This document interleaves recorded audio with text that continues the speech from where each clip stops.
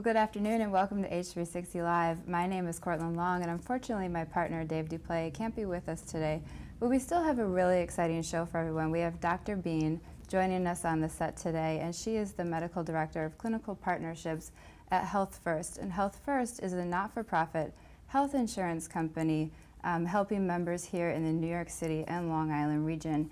I'm really excited to talk to Dr. Beane today all about Healthfirst efforts in community health here in New York. So Dr. Beane, thank you so much for joining us today. I'm so glad to be here. Can we start out with having you talk with us a little bit about Healthfirst's vision and mission?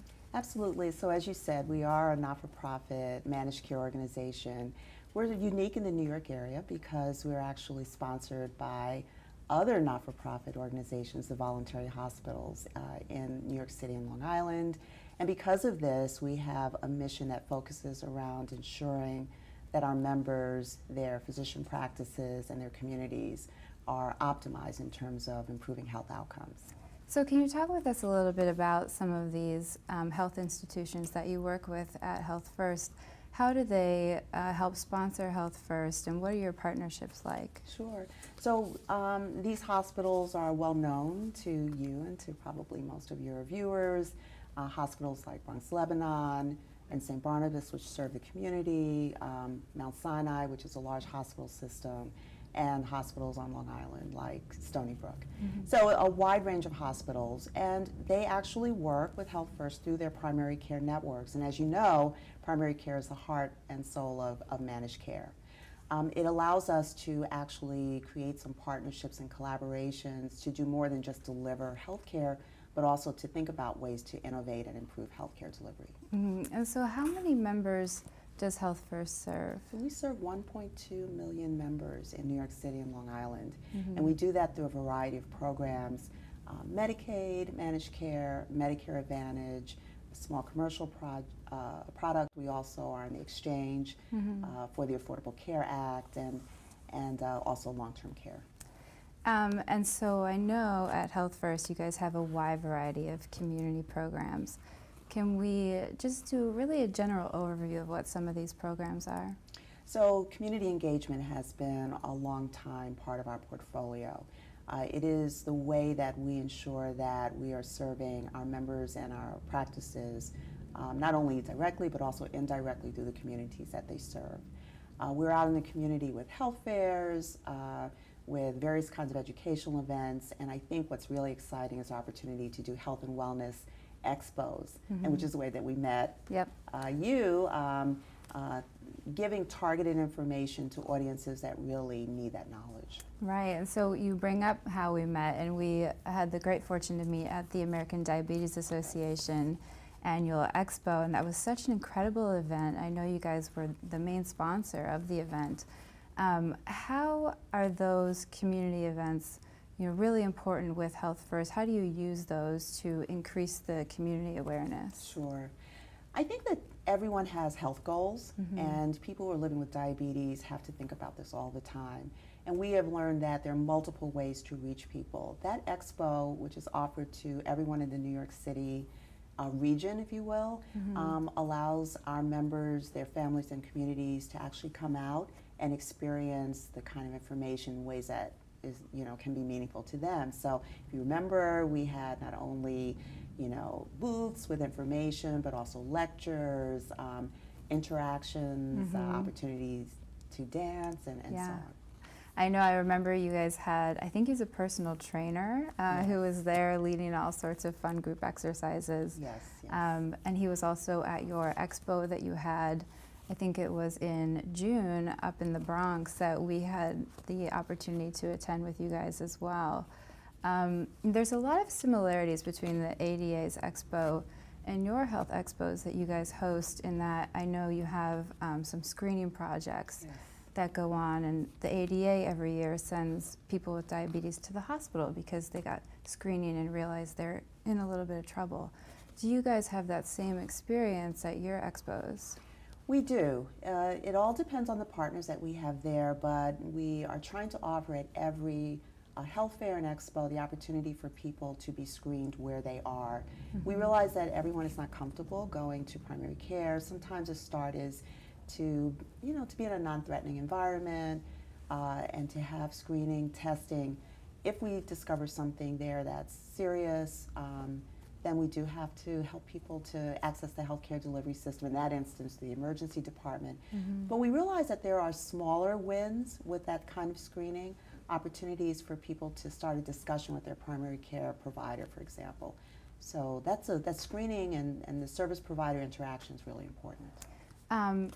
Before the show, we were talking a little bit about access to health information and even just finding a primary care doctor, and how in New York that can be really difficult, and I'm sure in other cities it is as well, especially for people who maybe have come here from a different culture. So how does Healthfirst try to help people get access to health information or find providers? Sure. We use many approaches. First of all, we are really dedicated to having physician practices in the communities where all of our members live, which means that we have to have a diverse selection of the kinds of practices. You may not want to go to a hospital if you're afraid of hospitals, so we'll have a community provider that's available for you. Next, we also try to be sure that information is available in many languages, and we try to use various kinds of ways to reach those populations. So we have people in the field who speak the language, who look like our members. I think that all of these approaches are critical, but there's so many more opportunities to help all of our populations and members. Yeah, these approaches, they really are critical because, as we were saying before, it's all about prevention. We are so much focused on individual disease states, but getting people to learn more about general health and wellness is so important. It seems like you guys are really doing that with your Expos. That's a real focus for us, and we're now in a transforming delivery system, an evolving system where we're thinking about value. So value is not only value for health plans and for physicians, but also for health consumers. So it's really, really important that we provide opportunities for people to fulfill their health goals through preventing illnesses that no one is going into the doctor's office saying I'm hoping I have diabetes. Right. So if we can prevent diabetes, that becomes really critical. And so it's really coming out in this conversation, I think, how you guys differ from other health plans, but what is the Healthfirst position on that, and how you differ from other health plans? I think that the very nature of our organization, being a provider-sponsored health plan, being value-focused, meaning that the incentives are aligned between our delivery system and the health plan and the needs of our members. So with aligned value-based payment arrangements, with a provider-sponsored plan as our guiding principle, for our guiding principles, we're able to actually expand our portfolio of what we can do in the community and beyond. And so what is this portfolio? What resources do you provide to promote healthy living among communities? Sure. So in addition to what you've mentioned already, our health fairs, our expos for health and wellness, we also provide a host of health information through media, our social media, our Facebook page, through Twitter. We also have a blog now around healthy living, which I really like because the variety of topics is really meaningful for a broader community of people who are interested in improving their health. Relationships are a huge cornerstone in the Healthfirst community, and I think it's really clear because in these communities that we have here throughout New York, they can be specific to one type of culture. Right. So how does Healthfirst go out into the community and forge those relationships with health providers or community centers? I think there are two cornerstones to how we build relationships and engage our partners. One is we really listen, and then we act on what we hear. And I think that that's what partnership is all about. So, we are not an organization that goes out and says, okay, this is the way things have to happen. This is what we're going to roll out, take it or leave it. Rather, my colleague who heads community engagement, George Hulse, will go out, have listening sessions, talk with a wide variety of constituents and stakeholders. Once we have heard, then we begin to brainstorm around what kinds of programs might meet the needs of those that we've talked with. Before the show also we were talking about certain schools that may have problems, with maybe children living with diabetes who don't want to bring their checkers out because they don't want to feel different from their peers. Does Healthfirst have any programs that they do with schools or partnering schools with other community health organizations? I think that's a large part of our approach to being a good partner in the community. And so we actually collaborate with many, many schools in New York City and Long Island. We work directly with the school administration, but we also work with the parent organizations in the schools to attempt to address some of the special challenges and each school is different as well. You raised the issue of diabetes. One of the emerging issues for young people today, both the traditional sort of type 1 diabetes, I'm on insulin, it's genetic and inherited, but also type 2 diabetes, which is even more of a challenge to young people because it's usually connected with overweight and obesity. Right. It brings a whole other host of concerns. So you can see it's important that we're listening to the schools and to the parents, and where we have resources that we can apply them to those communities. How do you try to bring parents into the conversation a little bit deeper, especially if maybe the parents don't have the resources to be so involved, or maybe come from a culture where diabetes isn't really a thing? Maybe they have a different name for it. We are investigating opportunities there. I don't think there's an answer yet, but one of the emerging concepts in New York is around community health workers, peers, people in the community who can actually be on the ground and speak to people around the topics that are important to them in the context that is meaningful for them. I think that's an important area that we're sort of testing the waters on to see if we can be a good partner. That's actually of interest to New York State in general, so there's a lot of activity in that realm. Yeah. But I think also working to help our primary care practices learn how to share decision making with parents, with patients, and with families is another important way that we partner to improve outcomes for our members. Yeah, I love that you bring up decision making and having that be a partnership and a form of communication, and a huge decision that people need to think about every day is food. Yes. Food is so highly involved in communities and in family, and a lot of people in New York and other big cities are living in food deserts. Is Healthfirst working with any sort of food banks or co-ops and bringing them into the expos that you guys have to sort of give out more information about this really important resource? Yeah, we do.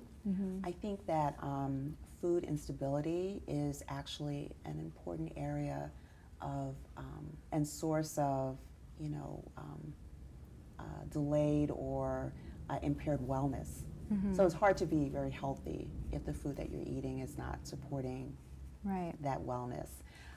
We have to partner with agencies that address those social factors. So we do partner with the New York City Department of Health, with Departments of Health on Long Island as well, where they already have programs that are ongoing, as well as community-based agencies. And as you're saying, some of the agencies like God's Love We Deliver, agencies that have really dedicated themselves for many, many years. They're not even agencies, they're just not-for-profits who are just doing great work. So not always easy for managed care to find ways to work with these organizations, but wherever there's an opportunity, we take that opportunity. That's great. So we've spent a lot of time talking about the expos that you host throughout the city, and I believe you've already hosted 2, and you have 2 more coming up. Do you want to take this opportunity to tell our audience about the upcoming expos? Absolutely. So I'm going to focus on the next one, which is coming up, and it's August 13th. Okay. It's going to be in Brownsville in Brooklyn, which is an important area, central Brooklyn, an important area of focus for us. And it will be you read this, and the Dr. Green Playground. Okay. And it starts at 11 a.m. So I noticed these expos are in strategic areas, around the city. Is there a specific way in which Healthfirst chose these areas for the expos? Yes, we actually find that there's an alignment between where our members pick us. So we find that there's some members of our members who are living in the midst of areas that are facing health equity issues and/or disparities and/or social factors that are really difficult for them to cope with, and we're very proud that they often pick Healthfirst to be collaborated with them in improving their health. So we do focus on those areas. We focus on areas that are of public health interest as well, so we partner with the Department of Health in many of those areas as well. And then finally, where our delivery system is. Many of our partners are asking us to come out and be a support. So you find this kind of all over, but we focus on areas where those kind of factors they're aligned. Okay. So I have one more question, just circling back to diabetes, because this is something we hear often at Healthy 360, is that people can't afford their diabetes test strips, their Lancets, any of their diabetes care. Is this something that Healthfirst helps people with in getting their test strips and all that? So the first major step is being insured, and that is our primary mission, and the primary work of our organization is to make sure that people have access to health insurance, which helps to fund the wide range of treatment, care, supplies, and medications often that people need. So I think that just we're able to work with our members specifically around the benefit plan that they have, so that they have what they need to address their diabetes. But I would also say that we're now focusing on prevention there again, so it circles back to the importance of prevention. Right. Because what's better than not having diabetes at all? Right. And now there's evidence that points to opportunities, first of all with exercise and also with diet, to change that trajectory. So I would say in the coming months and years, we're going to be really focusing on prevention. That's wonderful. So Dr. Beane, the last question I have for you is, where can our members go to find more information about Healthfirst, the health plans that you have, and the expos that you're hosting? That's easy. www.healthfirst.org. Wonderful. Well, Dr. Beane, thank you again so much for joining me today. It was really a pleasure talking with you about your expos and all the work that Healthfirst is doing around community health and wellness. We are so glad to be here. I hope I can come again. I hope so too. Well, I'd like to thank our viewers for tuning in, and I'd like to thank our sponsors for making this all possible. Healthy 360 can always be found at healthy360.com, and our episodes can be found on demand at healthy360.com. Our podcast can be found in the iTunes Store, and we are all over social media on Facebook, Pinterest, Instagram, and Twitter, and we use the hashtag #RealStories when posting. I'd like to thank you again for joining us today. On behalf of Dave Duplay, myself, and the entire Healthy 360 family, we look forward to seeing you again next week when we're chatting with Dr. Bastianos all about brain metastases.